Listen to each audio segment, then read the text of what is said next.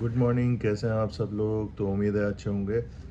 दोस्तों, एक चीज़ मैं आपको बताना चाहूँगा कि अगर आप जॉब के लिए दुबई या फिर अबू धाबी या फिर कहीं दूसरी जगह ट्राई करना चाह रहे हैं तो फिर कर सकते हैं।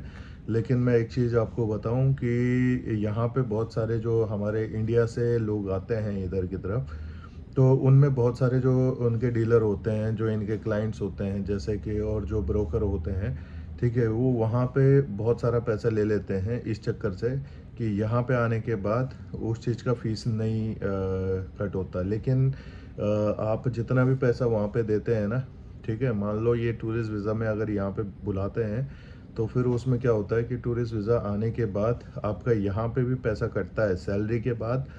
इस चीज़ के मिथ्स में मत रहिए, आपको मिसकंसेप्शन में मत रहिए और डाउट में मत रहिए। यहाँ पे भी पैसा कटता है उस चीज़ का, सैलरी आने के बाद यहाँ पे पैसा कटता है।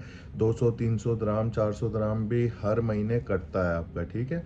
तो आप वहाँ पे अगर पे कर रहे हैं और यहाँ पे भी अगर पे कर रहे हैं, तो फिर आप उनसे बात करके आएँ कि अगर वहाँ पे करेंगे, क्योंकि वहाँ पे वो लोग बोलते हैं टूरिस्ट वीज़ा में, जब टूरिस्ट वीज़ा लगता है ना, तो वो लोग बोलते हैं कि वीज़ा का पैसा कोई भी कंपनी बाद में नहीं काटती, वो पहले काट देती है, ठीक है। लेकिन ऐसा नहीं है, यहाँ पे भी आके कटता है, पैसा कटता है। तो इस चीज़ का ध्यान रखें और जब भी आप वहाँ से आएँ तो कोई खैर दुबई, अबू धाबी या फिर ईस्ट वाली सऊदी वगैरह में कोई भी ऐसा फ्रॉड ज़्यादा नहीं करता।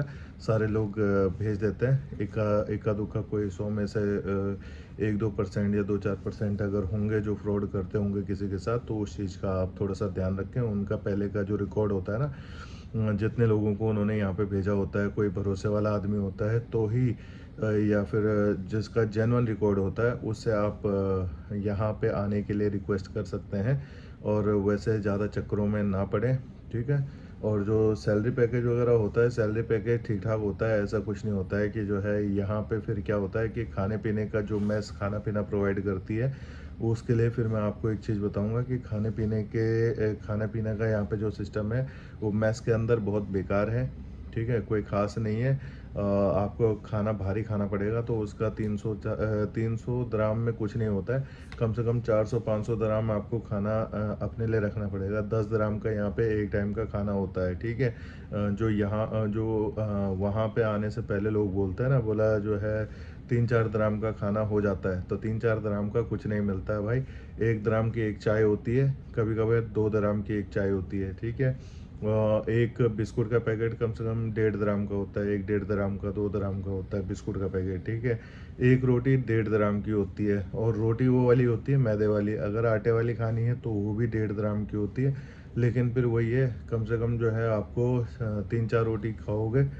और जो सब्जी होती है, सब्जी का रेट होता है आपका 4 दराम हाफ, ठीक है। हाफ में वो 3-4 चम्मच ही आती है, 3-4 चम्मच।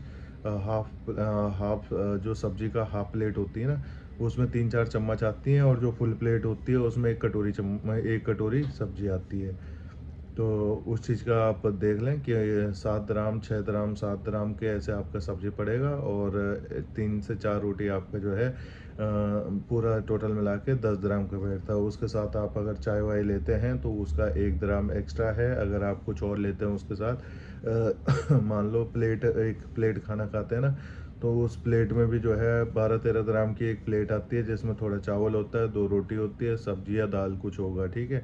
उसमें दही नहीं होगा, उसमें 2 प्याज के टुकड़े होंगे, 2 खीरे के टुकड़े होंगे, बस इतना ही होता है खाने में। और जब मैस का खाना होता है, मैस के खाने में क्या होता है, प्लेटें कुछ भी धोई हुई नहीं होती है, प्लेटें सब ऐसी बेकार की होती है, जो साफ़ सुथरी भी नहीं होती, वो बाद में आदमी खुद ही धोता है, ठीक है। जब उसको खाना खाना होता है तो फिर उससे पहले वो थोड़ा सा साफ़ कर लेता है प्लेट को, और उसके बाद फिर उस पे खाना खाता है, नहीं तो खाने लायक भी फिर जो है।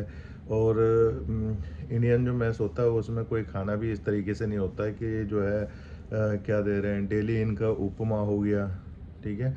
और डेली फिर जो है इनका खबूस टाइप का एक रोटी होता है, जो आप खाओगे तो शायद लगातार खाने के बाद आपके पेट में कब्जी सी बनने शुरू हो जाएगी। आटे की जो रोटी होती है वो फैक्ट्री मेड होती है, और उसमें जो है कच्ची रहती है, पकी हुई नहीं रहती। वो इस तरीके से रहती है जैसे कि हम अगर जो है अपने घर में रोटी बनाते हैं तो 10 दिन बाद जैसे वो कड़क सा हो जाता है ना, कड़क होने के बाद यहाँ पे कड़क तो खैर नहीं होती है, लेकिन वो ख़राब सा हो जाता है, वो टूट ऐसे। आप अगर ऐसे रोटी को पकड़ोगे और ऐसे ऐसे करोगे ना ज़रा सा हल्के हाथ से, तो वो ख़राब होनी शुरू हो जाती है। ठीक है।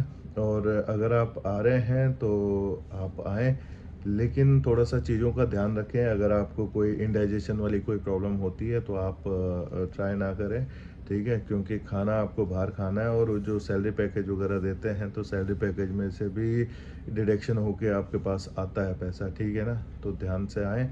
और कुछ भी चीज़ पूछनी है आप कमेंट कर सकते हैं मेरे को, और मैं आपको मेल आईडी या नंबर दे दूँगा, आप उसमें जो है मुझे बता देना, ठीक है?